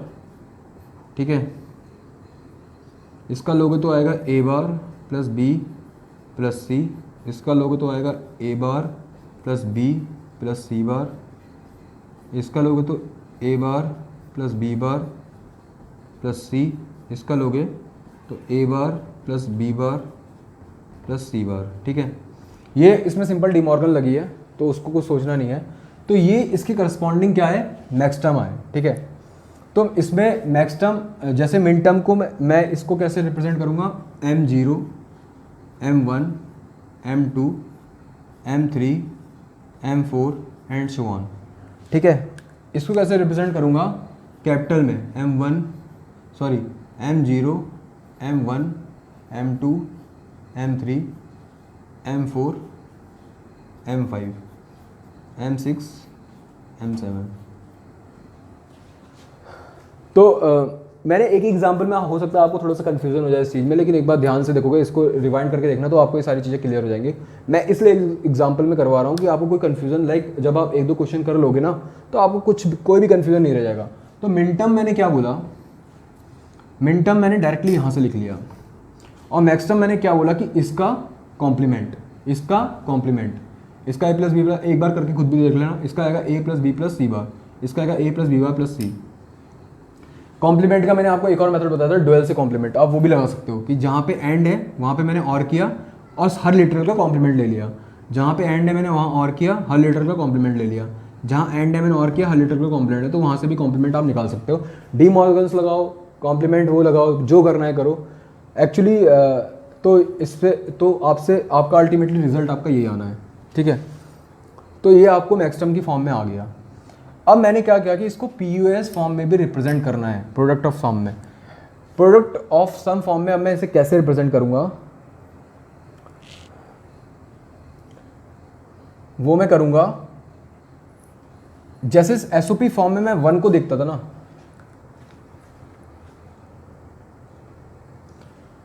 POS form में रिप्रेजेंट करने के लिए मैं एक्चुअली क्या करता हूं, मैं फंक्शन का बार लेता हूं, ठीक है।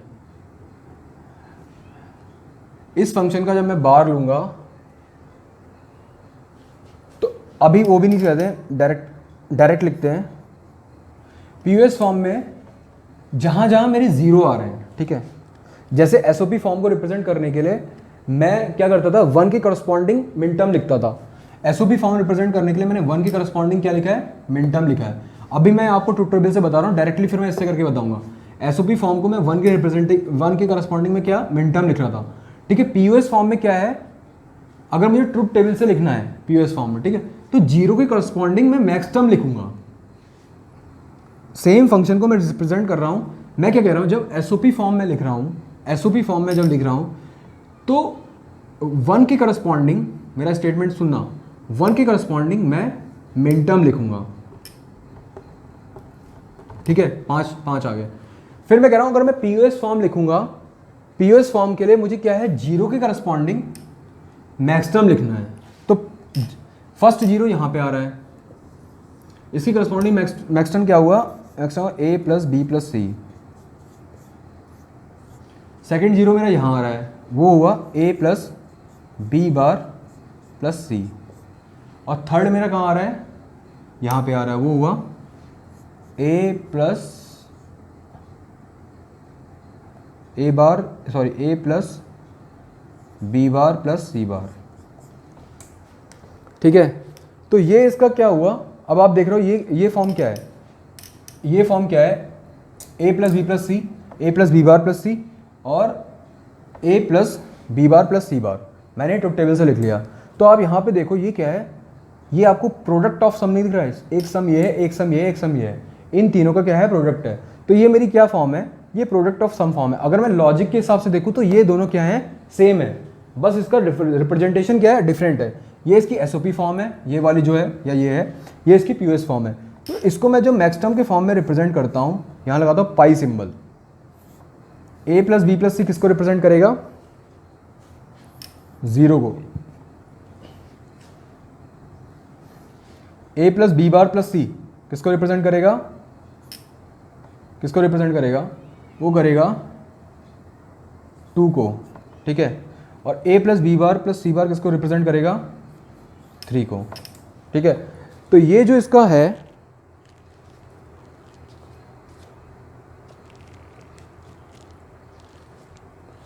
तो ये इसका क्या है, ये इसका क्या है कि पीओ, ये मैक्स टर्म रिप्रेजेंटेशन हो गया। तो मैक्स टर्म रिप्रेजेंटेशन आपको समझ में आया होगा कि लाइक एसओपी फॉर्म के लिए मैंने फिर बोल रहा हूँ ये स्टेटमेंट कि 1 के करस्पॉन्डिंग में मिन टर्म लिखूंगा और पीओएस फॉर्म में क्या लिखूंगा, मैं पीओएस फॉर्म में जो 0 के करस्पॉन्डिंग में मैक्स टर्म लिखूंगा, ठीक है। अब क्या है कि मुझे अब इस ट्रुथ टेबल को मैं हटा रहा हूँ, मुझे आपको इससे जो जो निष्कर्ष बताने थे वो यही थे कि लाइक इसकी करस्पॉन्डिंग मिन टर्म क्या होगा, वो मैंने सबके बता दिया। फिर सेम इसकी करस्पॉन्डिंग मैक्स टर्म क्या होगा, वो भी बता दिया। फिर मुझे ट्रुथ टेबल से एसओपी फॉर्म कैसे निकालनी है वो मैंने बता दिया। ट्रुथ टेबल से पीओएस फॉर्म कैसे बनानी है वो निकाल दिया, ठीक है। अब मेरा क्या है, इंटर कन्वर्जन नेक्स्ट चीज़ आती है। इसको हटा रहा हूँ, मुझे इसकी वजह से कोई खास ज़रूरत नहीं है।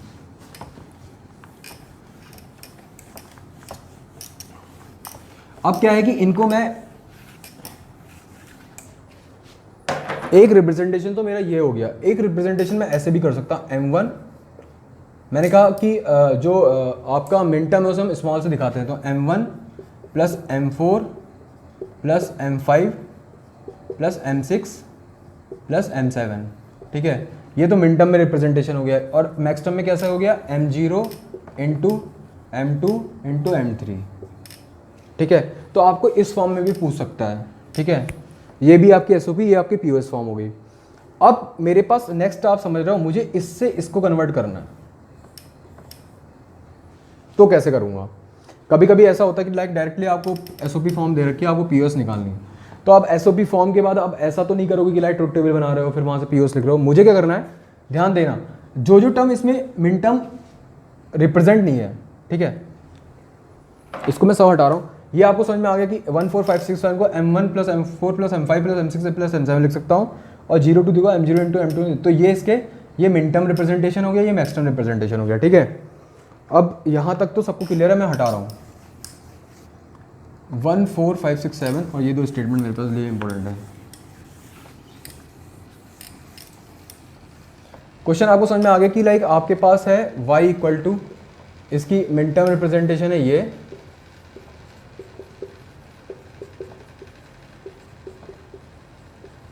ठीक है, और y इक्वल टू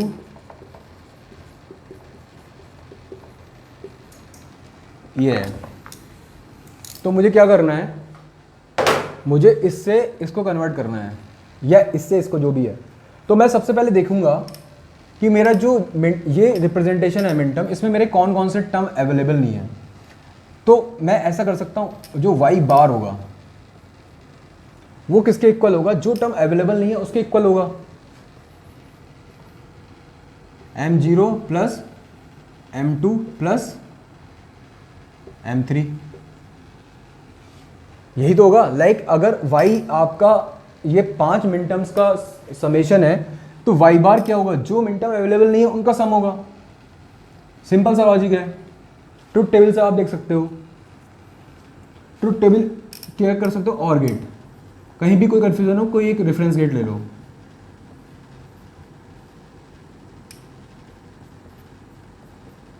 तो मैं क्या कर रहा हूं, जब y जो है वो इनका सम है, तो y बार क्या होगा, ऑब्वियस सी बात है ये होगा ना, y बार क्या होगा,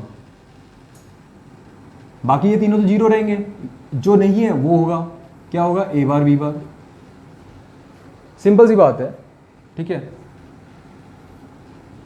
मैं वही कह रहा हूं कि जैसे जो y है वो इन मिन टर्म्स का सम है, सेम इसी कॉन्सेप्ट पे, तो y बार क्या होगा, जो अवेलेबल नहीं है उन मिन टर्म्स का सम होगा, ठीक है। अब मुझे y निकालना है, तो मैं क्या करूंगा, m0 m2 m3 दोनों तरफ कॉम्प्लीमेंट लूंगा ना,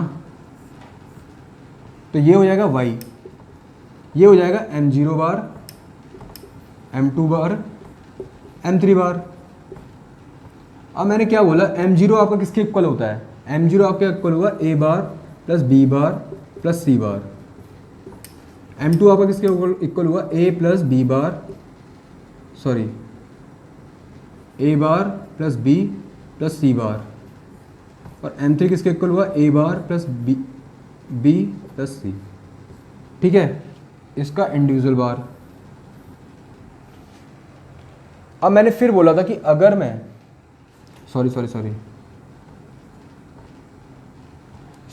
ये थोड़ा सा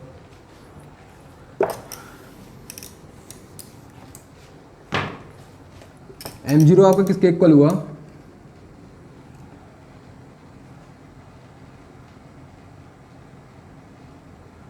अभी मैं ये टर्म नहीं लेके आता हूँ यहीं पे। m0 किसके इक्वल हुआ, a bar plus b bar, sorry a bar b bar c बार, ठीक है, प्लस, ठीक है, m2 किसके इक्वल हुआ, a बार b c बार, ये किसके इक्वल हो गया, a बार b c के, इसका बार। अब मैंने बोला था कि यहाँ पे अब मैं क्या करूँगा, डी मॉर्गन्स थ्योरम, अगर a plus B plus C bar है तो ये क्या करेगा, उसको अलग अलग बार में ब्रेक कर देगा। तो यहाँ से एक ये आएगा, यहाँ पे मल्टीप्लिकेशन साइन आएगा,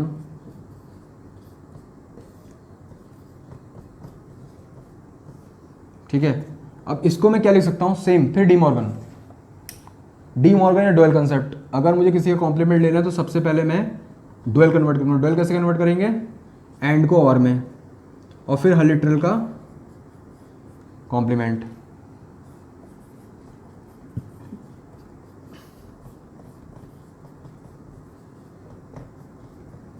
अब यहां पे आप देख रहे हो कि देखिए ये क्या फॉर्म आ गई, ये मैक्सटन फॉर्म नहीं आ गई,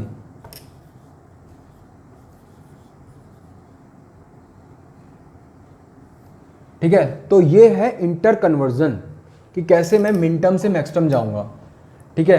अच्छा, अब उल्टा मुझे करना है। अब ठीक है, मैंने यहाँ से मैंने क्या बोला, सबसे पहले वाई बार जो लूँगा वो जो मिन टर्म अवेलेबल नहीं है वो होंगे। अब मुझे वाई बार से वाई निकालना है, तो इसका मैं एक बार और कॉम्प्लीमेंट लूँगा, तो सेम हाल यहाँ कर दिया। यहाँ पे मैंने कॉम्प्लीमेंट लिया तो M0 के M2 और M3 के करस्पॉन्डिंग मैंने मिन टर्म लिख लिए। फिर मैंने यहाँ पे या तो डी मॉर्गन या कॉम्प्लीमेंट कॉन्सेप्ट जो लगाना है, तीनों को ब्रेक कर लिया। डी मॉर्गन कॉन्सेप्ट क्या कहता है, a plus B plus C bar है, अगर ये किसके इक्वलेंट होगा, a bar dot B bar dot C bar. तो देखना इसमें ये लगा है a plus B plus C bar है, तो ये किसके इक्वल हो गया, a bar plus dot B bar plus C bar, ठीक है। उसके बाद इसको फिर ब्रेक कर दिया और सेम, ठीक है। तो ये आपका क्या है, ये आपका कौन सी फॉर्म में रिप्रेजेंट हो गया, एसओपी फॉर्म से पीओएस फॉर्म में, या हम मिन टर्म से कैसे मैक्स टर्म में रिप्रेजेंट करते हैं, ठीक है। अब अगर मुझे उल्टा करना है, लाइक कि पीओएस से एसओपी फॉर्म निकालना है, तो भी मैं सेम ही मेथड अपनाऊंगा। सबसे पहले मैं जो मैक्स टर्म अवेलेबल है वो तो है ही, वाई है मेरे पास, मैं वाई बार कैसे निकालूंगा, जो मैक्स टर्म नहीं है, ठीक है, वो मैं मैक्स टर्म लिख दूंगा। उसके बाद उसका कॉम्प्लीमेंट ले लूँगा, तो मेरी क्या आ जाएगी, एसओपी फॉर्म, ठीक है। तो यहाँ तक आप बिल्कुल एकदम क्लियर कट हो गए होंगे कि मेरी एसओपी क्या होती है, पीओएस फॉर्म क्या होती है। कोई मान लिया मेरे पास एक फंक्शन दे रखा है, उससे मैं ट्रुथ टेबल कैसे बनाऊँगा, ठीक है, कैसे हम उसकी ट्रुथ टेबल बनाएंगे, ठीक है। फिर हम उस ट्रुथ टेबल से एसओपी और पीओएस फॉर्म कैसे लिखेंगे, हम उस ट्रुथ टेबल के विदाउट डायरेक्टली एसओपी और पीओएस फॉर्म कैसे लिखेंगे, ठीक है। और मुझे एसओपी से अगर पीओएस फॉर्म कन्वर्ट करनी है तो मैं कैसे कन्वर्ट करूँगा, मुझे पीओएस से एसओपी फॉर्म कैसे कन्वर्ट करनी है तो मैं कैसे कन्वर्ट करूँगा। फिर हमने क्या पढ़ लिया, डुअल पढ़ लिया, ठीक है। उसके बाद कॉम्प्लीमेंट पढ़ लिया आज। लॉजिक गेट्स में लाइक जो डिफरेंट के लॉजिक सिंप्लीफिकेशन के लिए कुछ मेथड्स होते हैं वो हमने देखे, कौन कौन से स्टेटमेंट होते हैं। फिर मैंने एक्सऑर गेट पे उसका एक सिंपल सा एग्जांपल दिखाया कि कैसे हम उसे नॉट गेट में कन्वर्ट कर सकते हैं सिर्फ, और उसके ट्रुथ टेबल का मैंने इंपॉर्टेंस बताई है। अब मेरा क्या है कि नेक्स्ट जो है अगले लेक्चर में हम क्या पढ़ने वाले हैं, अगले लेक्चर में हम पढ़ने वाले हैं के मैप। कहानी सारी यही है, कहानी यही होगी कि हम ये फॉर्म लिखेंगे, इससे ट्रुथ टेबल लिखेंगे, बस उस ट्रुथ टेबल से इस फॉर्म से हम कैसे लॉजिक को सिंप्लीफाई करेंगे। लाइक मुझे इस फॉर्म से ये रिफाइन करना है। अच्छा, ऐसा क्यों करना है, अब एक बात बताइए, ये जो स्टेटमेंट है अगर मैं इसमें देखूं कि मेरे पास कितने लॉजिक गेट्स चाहिए, देखिए पहले 2 बार एंड यहाँ पे हुआ, 2 बार एंड यहाँ पे हुआ, 2 बार एंड यहाँ पे हुआ, 2 बार यहाँ पे, 2 बार यहाँ पे, ठीक है। तो 2 4 6 8 10 तो यही चाहिए। उसके बाद क्या है, इन्वर्जन भी है, ठीक है। उसके बाद क्या है, सम भी और गेट है, तो करीब इसमें लगेंगे 17-18 गेट्स। तो ये हमारा लॉजिक डिजाइन का इकोनॉमिकल तरीका नहीं हुआ। जबकि यहाँ पे आप देखोगे एक वी बार को चेंज करने के लिए गेट चाहिए, सी एज इट इज हमें मिल जाएगा, 2 लॉजिक गेट यहाँ चाहिए, ए हमें एज इट इज मिल जाएगा, तीसरा और। तो यहाँ जहाँ 17 चाहिए थे वहाँ 3 चाहिए, इसीलिए लॉजिक सिंप्लीफिकेशन की जरूरत पड़ी कि हम अपनी जो कॉस्ट है, जो सर्किट कॉस्ट है, उसे हम कम कर पाएँ, ठीक है। तो एक्चुअली मुझे क्या करना है कि मैं इस फॉर्म से लॉजिक को सिंप्लीफाई करूँगा, ठीक है। तो ये के मैप का उद्देश्य है। के मैप का उद्देश्य, लॉजिक सिंप्लीफिकेशन का क्या उद्देश्य है कि मेरे पास एक जनरल फॉर्म पड़ी है, ठीक है, उससे मुझे क्या करना है, उससे मुझे सिंप्लीफाइड फॉर्म चाहिए। क्यों चाहिए, क्योंकि मुझे सर्किट डिज़ाइन करना है और मुझे कॉस्ट इफेक्टिव होना है, ठीक है। तो ये मेरा के मैप का उद्देश्य है। तो अगले लेक्चर में हम मेनली हमारा फोकस के मैप पे रहेगा। फिर के मैप अगर मैं कंप्लीट करता हूँ, वैसे मुश्किल ही है, प्रॉबिलिटी है कि पूरा लेक्चर वो के मैप ले जाएगा। अगर के मैप खत्म होता है तो मैं 2 चीज़ आपको और बताऊंगा कि degenerate and non degenerate form क्या होती है। नॉन डीजेनरेट और डीजेनरेट फॉर्म बताने का है कि इसलिए बता रहा हूँ कि लाइक अगर आप कोई इसरो या बार्क वार के किसी एग्जाम में अपीयर होते हो तो डायरेक्ट क्वेश्चन पूछे जाते हैं कि ये फॉर्म डीजेनरेट है, ये फॉर्म नॉन डीजेनरेट है, आपको बतानी होती है। तो इनका क्या सिग्निफिकेंस है डीजेनरेट और नॉन डीजेनरेट फॉर्म का, ये मैं बताऊंगा, ठीक है। तो मेरा अगले लेक्चर, आज के लेक्चर में मेरा फोकस था पीओएस एसओपी फॉर्म और थोड़ी बहुत बेसिक आइडिया। नेक्स्ट लेक्चर में मेरा फोकस क्या रहने वाला, के मैप और डीजेनरेट एंड नॉन डीजेनरेट। जब हमारा के मैप कंप्लीट हो जाएगा, तो हम क्या है, फिर हम नेक्स्ट क्या जाएंगे, लॉजिक डिज़ाइन करेंगे। लॉजिक डिज़ाइन कैसे करेंगे, like full adder, half adder, full subtractor, half subtractor, ठीक है। और भी बहुत सारी BCD converter, XS3 converter, grey code converter, तो बहुत सारी चीज़ें हम करेंगे। और शायद मैं आपको एक 7 सेगमेंट डिस्प्ले, जो ट्रैफिक लाइट कैसे डिज़ाइन होती है, उसका भी एक आइडिया दूंगा, वो इस टॉपिक के सबसे लास्ट में। डिजिटल इलेक्ट्रॉनिक्स जब कंप्लीट हो जाएगी तो लास्ट में एक लेक्चर कैसे हम एक ट्रैफिक लाइट बना सकते हैं, उस पर रहेगा। ठीक है, सिंपल, सिर्फ डीएलसी डिजिटल, इस डिजिटल को यूज़ करके कैसे मैं ट्रैफिक लाइट बनाऊंगा उस पर बेस रहेगा। तो डीजनरेट, नॉन डीजनरेट और के मैप, ये हमारा नेक्स्ट लेक्चर के टॉपिक्स रहने वाले हैं। तो होपफुली मैं आपको ये अच्छे से समझा पाऊंगा। अगर किसी को कोई कन्फ्यूजन होता है तो कम से कम 2 या 3 बार तो मतलब ये पीओएस और एसओपी फॉर्म कन्वर्जन देखे। और क्या है, प्रैक्टिस के लिए आप क्वेश्चन कर सकते हो। ठीक है, क्वेश्चन आप करोगे तो उससे क्या है कि आपकी बहुत सारी चीज़ें क्लियर हो जाएंगी। अच्छा, मैं एक चीज़ और बताना भूल गया था कि जैसे मान लिया आपको स्टेटमेंट दिया है सिंपल सा। अब ख़त्म करने से पहले एक चीज़ मैं थोड़ा सा ब्रीफ करना चाहता हूँ।